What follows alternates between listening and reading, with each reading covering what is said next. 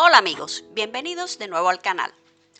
Hoy visitamos uno de los lugares más impresionantes de Granada, pero que mucha gente pasa por alto cuando visita la ciudad, el monasterio de Nuestra Señora de la Asunción, más conocido como la Cartuja de Granada. La Cartuja está relativamente lejos del centro y fuera de las rutas habituales, pero es una auténtica joya escondida. Hoy vamos a recorrerla juntos y te aseguro que visitarla merece la pena. La Cartuja fue fundada en el siglo XVI, alrededor de 1516, en plena época posterior a la conquista cristiana de Granada.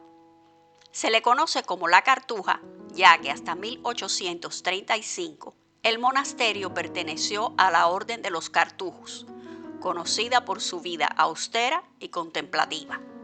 Todo el conjunto presenta un contraste interesante. Por fuera es sobria, pero por dentro es una auténtica belleza. La visita comienza por el patio del claustro, un espacio tranquilo, pensado para la meditación y el silencio. A su alrededor están las diferentes habitaciones donde transcurría la vida de los monjes, como el refectorio y la sala capitular. Hoy el refectorio es utilizado como sala de exposición de la obra pictórica del famoso cartujo Fray Juan Sánchez Cotán, con dos ciclos temáticos de cuadros, uno sobre el origen y los comienzos de la vida de la orden y otro sobre los martirios de los priores cartujos a lo largo de la historia, sobre todo en la Inglaterra de Enrique VIII. En la sala capitular destacan dos esculturas de gran valor: el Cristo de las Penas de los hermanos García y la Virgen del Rosario del escultor granadino José Risueño.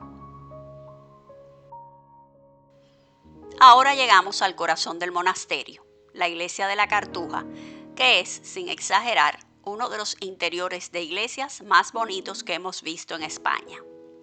La nave está dividida en tres zonas, una para los fieles, una para los legos y la otra para los monjes. Las iglesias cartujanas siguen este esquema muy particular, una sola nave dividida longitudinalmente en tres partes. La zona de los fieles está separada del resto por una reja. Aquí se situaban las personas externas al monasterio, los visitantes, el pueblo. Es un espacio pequeño, casi como una antesala. La segunda zona es el coro de los hermanos legos.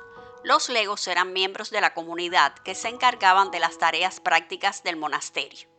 Este espacio ya es más rico visualmente y aquí aparece una de las piezas más impresionantes, esta puerta que separa legos y monjes. La puerta está decorada con materiales como nácar, marfil y maderas preciosas, una obra de arte en sí misma.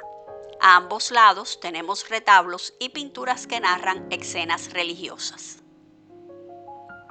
Finalmente pasamos a la zona de los monjes. Es la más cercana al altar, la más amplia y luminosa. Aquí es donde los cartujos celebraban la liturgia.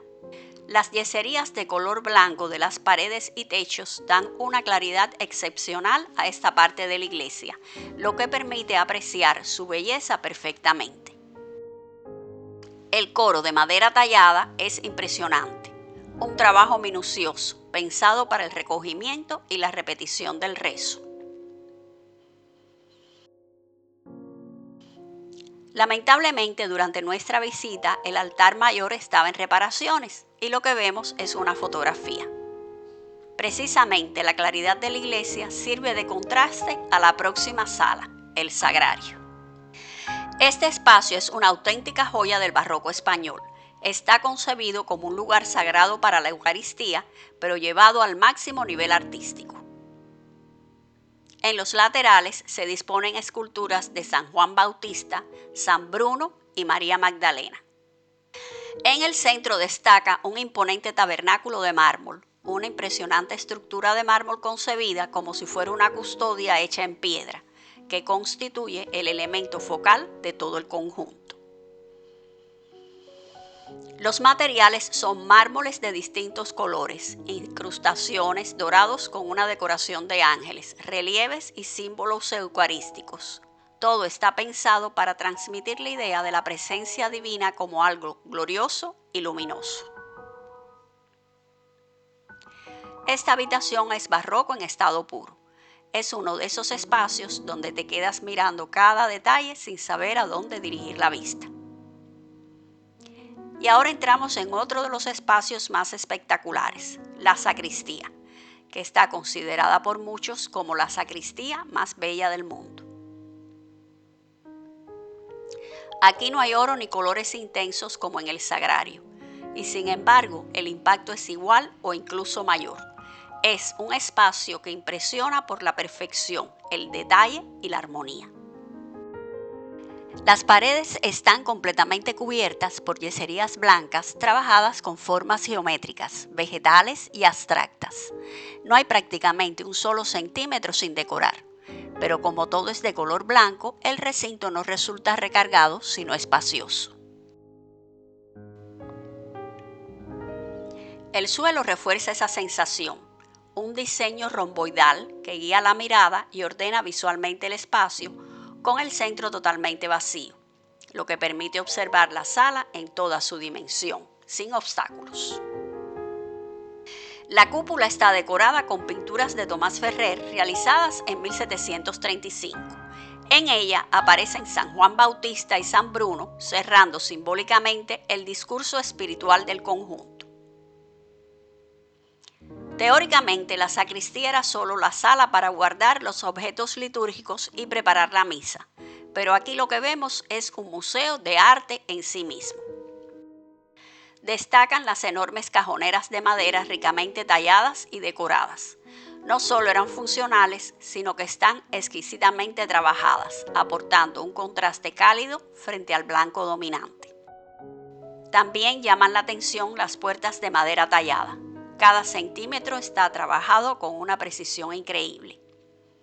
Cuando sales de esta sacristía, tienes la sensación de haber visto algo único. Es un espacio que mezcla funcionalidad con una estética absolutamente deslumbrante. Con esto terminamos. La Cartuja de Granada es, sin duda, uno de los grandes tesoros ocultos de la ciudad. Puede que esté un poco alejada del centro, pero precisamente por eso conserva una atmósfera única. Así que si vienes a Granada, te sugerimos que salgas de la ruta típica y te des un tiempo para descubrir este lugar. Esperamos que te haya gustado este video y como siempre te decimos, si quieres más guías sobre cómo mudarte, vivir o retirarte en España o que te mostremos paseos como este, suscríbete al canal, dale like a este video y déjanos tus preguntas en los comentarios. Hasta la próxima.